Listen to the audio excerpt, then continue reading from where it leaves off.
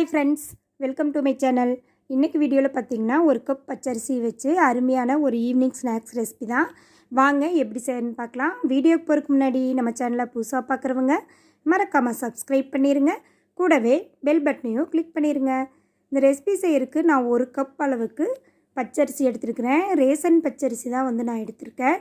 அதை நான் சுத்தம் பண்ணிவிட்டு அதில் இருக்கிற கல் தூசெல்லாம் நீக்கிட்டு நல்லா வாஷ் பண்ணிவிட்டு ஒரு 2 டைம் நல்லா வாஷ் பண்ணிவிட்டு 3 மணி நேரம் நான் ஊற வச்சுருக்கிறேங்க. 3 மணி நேரம் கழித்து பார்த்திங்கன்னா அரிசி நல்லாவே ஊறி வந்திருக்கு. இதை நம்ம மிக்ஸி ஜாருக்கு மாற்றிக்கலாங்க. பாருங்கள், இந்த கப்பில் தான் அரிசி ஊற வச்சோம். அதே கப்பில் நான் அரிசியை மட்டும் எடுத்து மிக்ஸி ஜாருக்கு மாற்றிக்கிறேன். இது கூட பார்த்திங்கன்னா 3/4 கப் அளவுக்கு வடித்த சாதம் சேர்த்துக்கிறேன். நம்ம வீட்டில் எந்த ரைஸ் இருந்தாலும் சரி, அந்த சாதம் 1 கப் பச்சரிசிக்கு 3/4 கப் சாதம் எடுத்துக்கலாம். 1/2 கப் துருவன தேங்காய் எடுத்துருக்கிறேன்.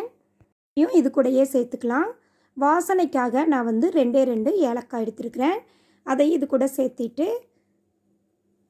பார்த்திங்கன்னா சர்க்கரை 3/4 கப் அளவுக்கு நான் வெள்ளை சர்க்கரை எடுத்துருக்கிறேன். இது கூட 2 டேபிள் ஸ்பூன் அளவுக்கு நாட்டு சர்க்கரை எடுத்துருக்குறேங்க. நீங்கள் ஃபுல் அண்ட் ஃபுல் நாட்டு சர்க்கரையே எடுத்துக்கலாம், இல்லை வெல்லம் இல்லை வெள்ளை சர்க்கரையில் கூட பண்ணிக்கலாம். இந்த ரெசிபி நல்லாவே டேஸ்ட்டாக இருக்கும்.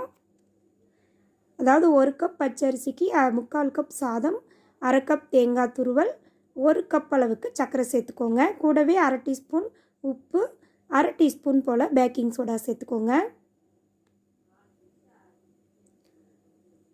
சேர்த்துட்டு ஒரு 1/2 கப் அளவுக்கு தண்ணி சேர்த்துனிங்கன்னா சரியாக இருக்கும். பாருங்கள், இந்த அளவுக்கு தண்ணி சேர்த்து நல்லா அரைச்சிட்டு வந்துடுங்க. நம்மளுக்கு ஆல்ரெடி பச்சரிசிலேயே தண்ணி விடும், அதனால் 1/2 கப் தண்ணி சேர்த்துனிங்கன்னா சரியாக இருக்கும். பாருங்கள், இந்த அளவுக்கு அரைச்சிட்டு வந்துக்கலாம். மாவு இந்த பாத்தில் இருக்கணும்.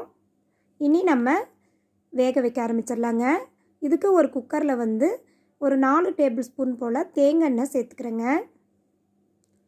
கூடவே ஒரு 1/2 டீஸ்பூன் போல் கருப்பு எள்ளு,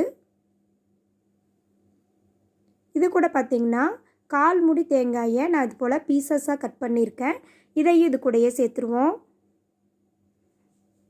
சேர்த்து நல்லா எள்ளு தேங்காயெல்லாம் கொஞ்சம் கலர் சேஞ்ச் ஆகி வரும். அந்தளவுக்கு நம்ம நல்லா வறுத்து விட்டுடலாங்க. நம்ம போட்ட தேங்காய் பீசஸ் பார்த்திங்கன்னா கொஞ்சமாக கோல்டன் ப்ரௌன் கலராக வந்திருக்கு. இதுதான் நம்மளுக்கு சரியான பதம். இனி நம்ம அரைச்சிட்டு வந்த மாவை இது கூட சேர்த்துடலாம். அப்படியே சேர்த்துருங்க. ஒரு முறை நல்லா கலந்து விட்டுட்டு நம்ம மூடி போட்டு மூடி வச்சிடலாங்க. இதுக்கு விசில் போடக்கூடாது. விசில் போடாமல் மூடி போட்டு மூடி ஒரு 20 நிமிஷம் நம்ம அடுப்பை லோ ஃப்ளேம்லேயே வச்சு வேக வைக்கணும். வேகும்போதே பார்த்திங்கன்னா மனம் ரொம்ப சூப்பராக இருக்கும். 20 நிமிஷம் கழித்து நீங்கள் ஓப்பன் பண்ணிவிட்டு இது போல் டூத் பீஸ் வச்சு குத்தி பாருங்கள். ஒட்டுச்சுன்னா மறுபடியும் ஒரு 5 மினிட்ஸ் விட்டுருங்க. ஒட்டலைன்னா அருமையான அரிசி கேக் என்னோடய ஸ்டைலில் ரெடி ஆயிடுச்சு. ஒரு 15 நிமிஷம் ஆற விட்டுட்டு இது போல் ஓரங்களில் எடுத்து விட்டு ஒரு தட்டுக்கு மாற்றிடுங்க. பாருங்கள், ரொம்பவே சூப்பராக டேஸ்டியான அரிசி மாவு கேக் ரெடி. ரெசிபி மறக்காமல் ட்ரை பண்ணி பாருங்கள். இந்த வீடியோ பிடிச்சிருந்தா சேனலை மறக்காமல் சப்ஸ்கிரைப் பண்ணிடுங்க. லைக் பண்ணுங்கள், ஷேர் பண்ணுங்கள், கமெண்ட் பண்ணுங்கள். தேங்க்யூ ஃபார் வாட்சிங்.